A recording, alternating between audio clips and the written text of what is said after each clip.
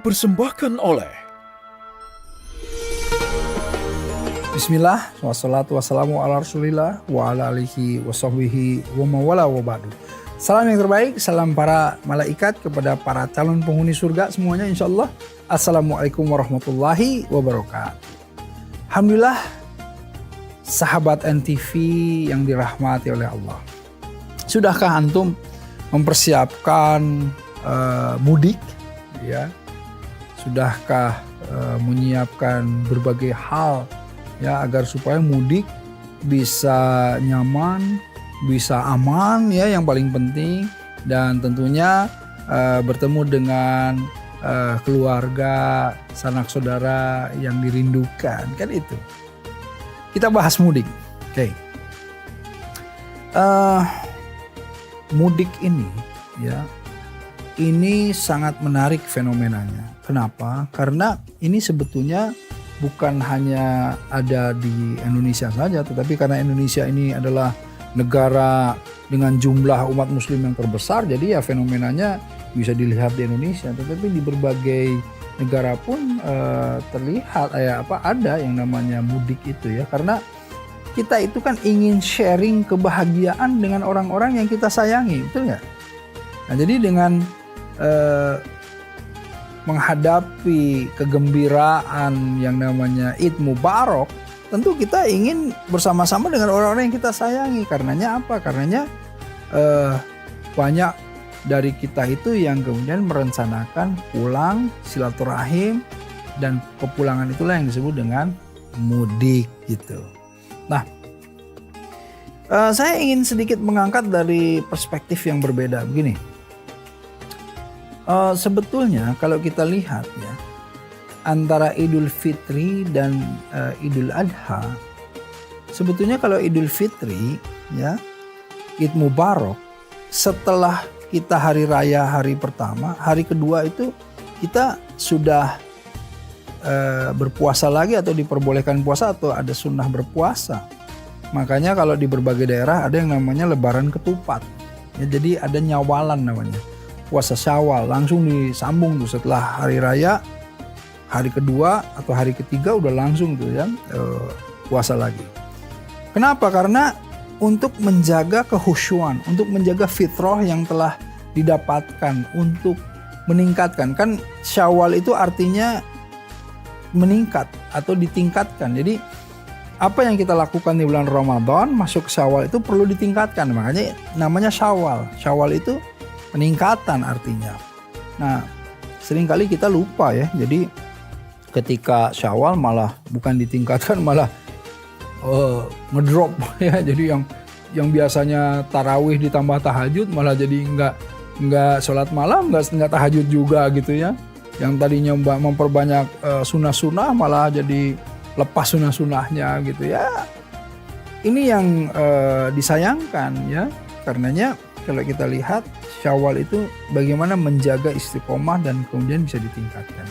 Nah, kembali ke yang tadi, artinya ketika hari raya itu kemudian besoknya udah bisa puasa lagi, ada pesan yang terkandung di dalam Id Mubarak atau hari raya Idul Fitri, bahwa kita jangan kemudian berlebihan, jangan festif.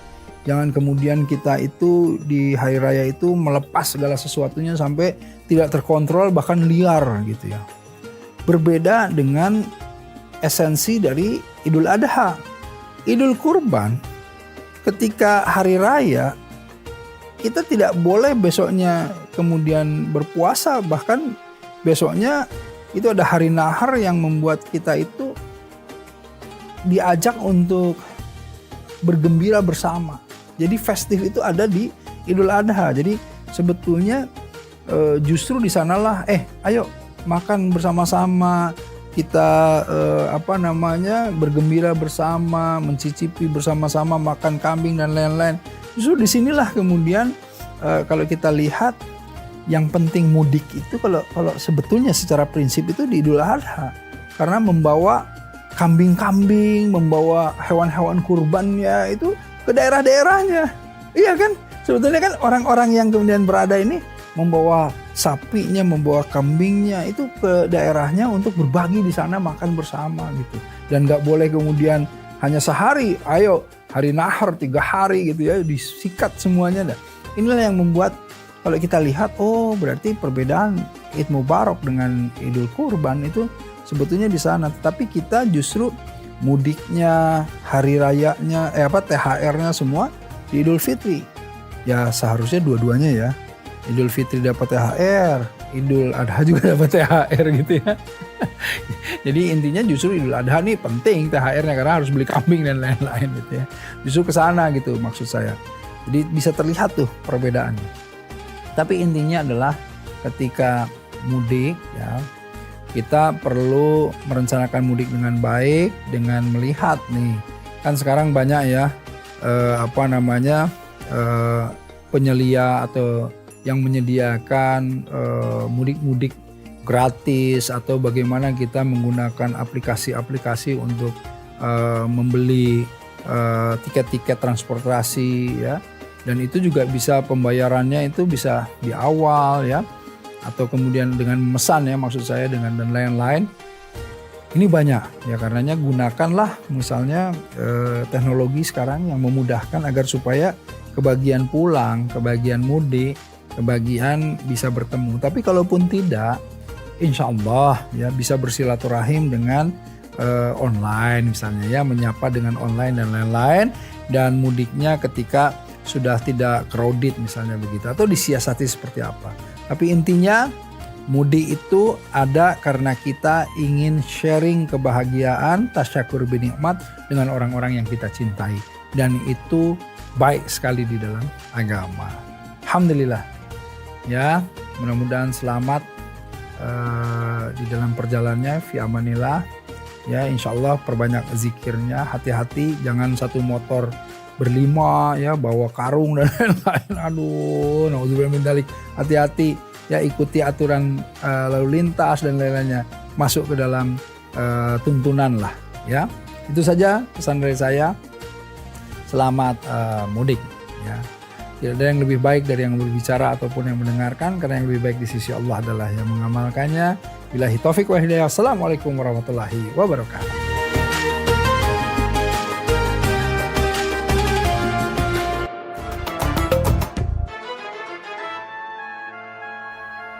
Dipersembahkan oleh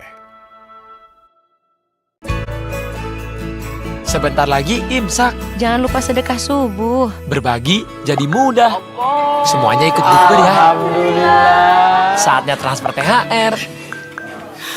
Bisa langsung check out belanjaan nih. Langsung beli tiket mudik. Mudah. Bukber jadi mudah. Dapat potongan harga ya, Bu.